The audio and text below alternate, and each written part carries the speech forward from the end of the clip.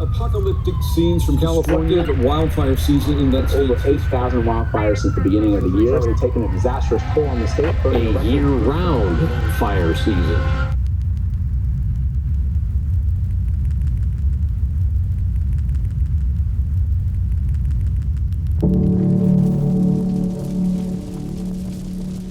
Last fire season, I wasn't sleeping very well. I was having nightmares about natural disasters, crying a lot, lost my appetite, couldn't really write. I felt so upset all the time, and it made me wonder.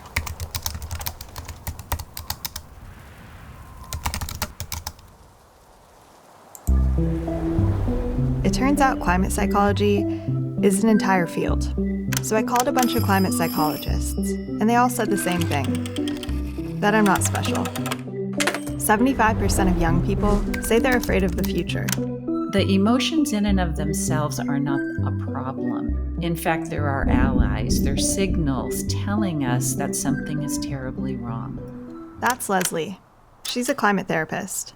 And before focusing on climate change, Leslie ran a hospital psychology clinic for 25 years, working with terminally and chronically ill patients, which meant a lot to me because I've been living with chronic illness for most of my life. I liked Leslie. She laughs a lot. And I just really love the way she says, So I asked her to be my climate therapist. Well, I'm glad we finally get to start. Right away, I had to admit something.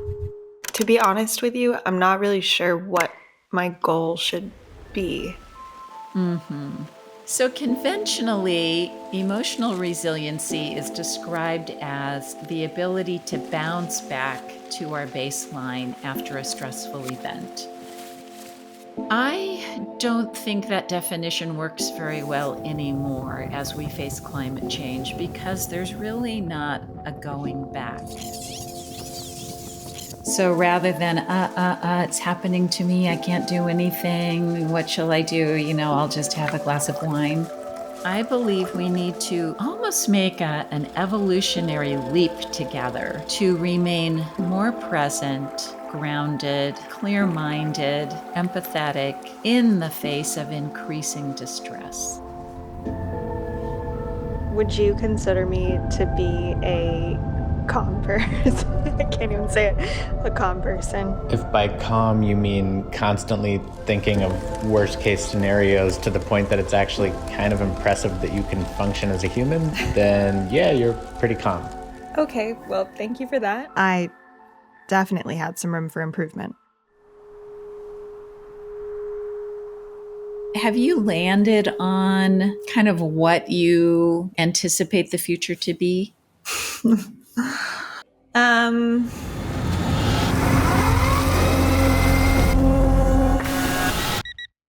Lately I've noticed when I wake up in the morning, it sounds kind of dramatic, but my first thought is, what is the point?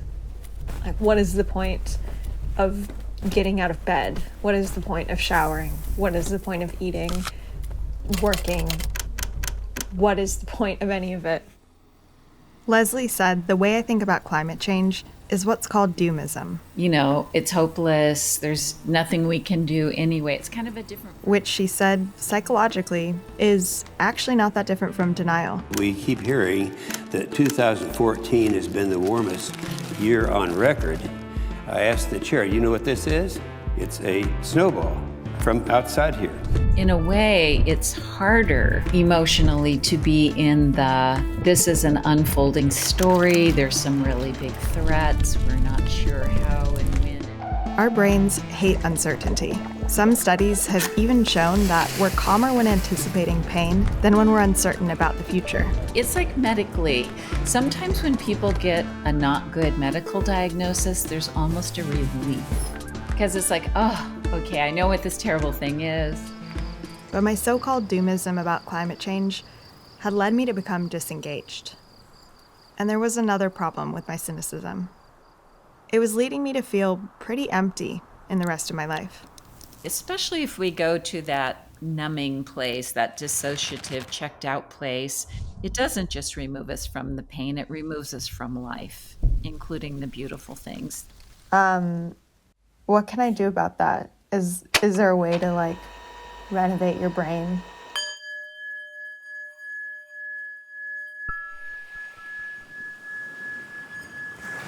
All right, so if you can do this, let the soles of your feet rest against the floor and begin to feel yourself present in your body.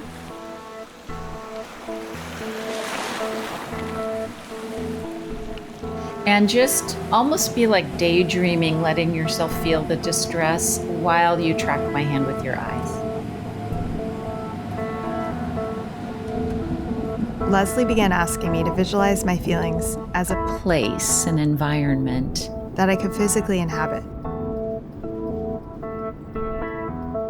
The fear, the hopelessness, the anger, The guilt, the cynicism. the grief, the uncertainty.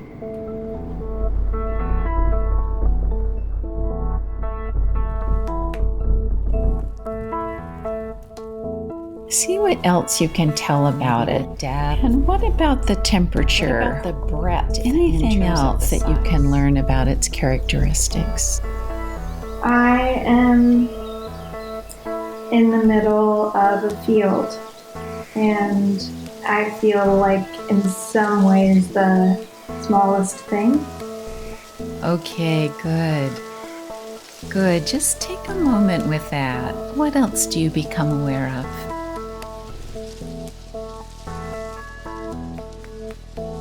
Then Leslie would ask me to look around and see if there was anything I had missed, anything I could pick up or crawl inside or climb on top of, anything that would keep me safe. And because it's dark and scary looking, is there anything that you're needing right now to feel safe or comfortable as we continue to explore?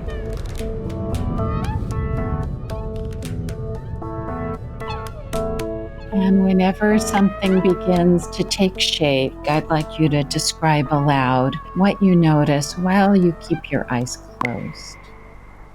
I notice a bed of bright green moss Okay. and imagined laying down on it. Okay. Okay.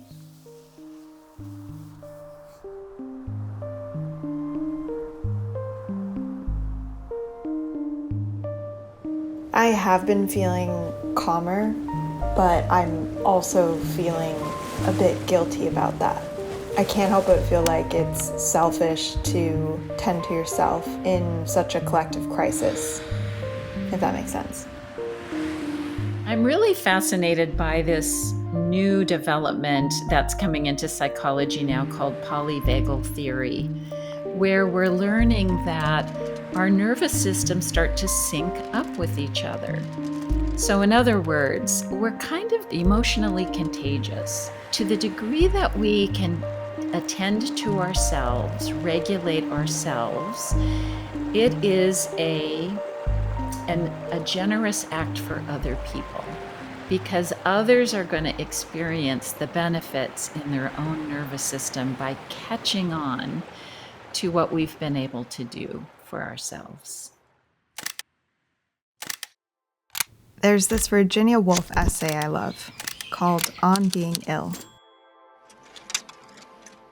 In it, she says that only the chronically ill are initiated into a sort of secret knowledge, a truth about the future that plays out in the microcosm of a sick body. What, after all, she writes, nature is at no pains to conceal. That she in the end will conquer.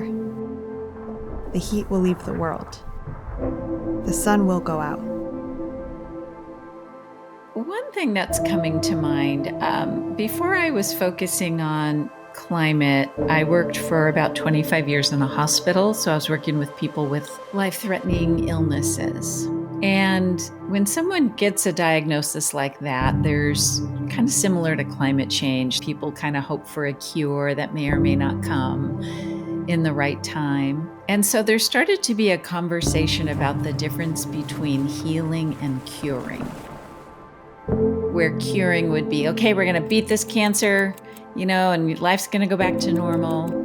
And healing being more where we don't turn away from the unknowns, a growth into all the possibilities for whatever duration of life there is, that has meaning, that has purpose, that doesn't require knowing an outcome.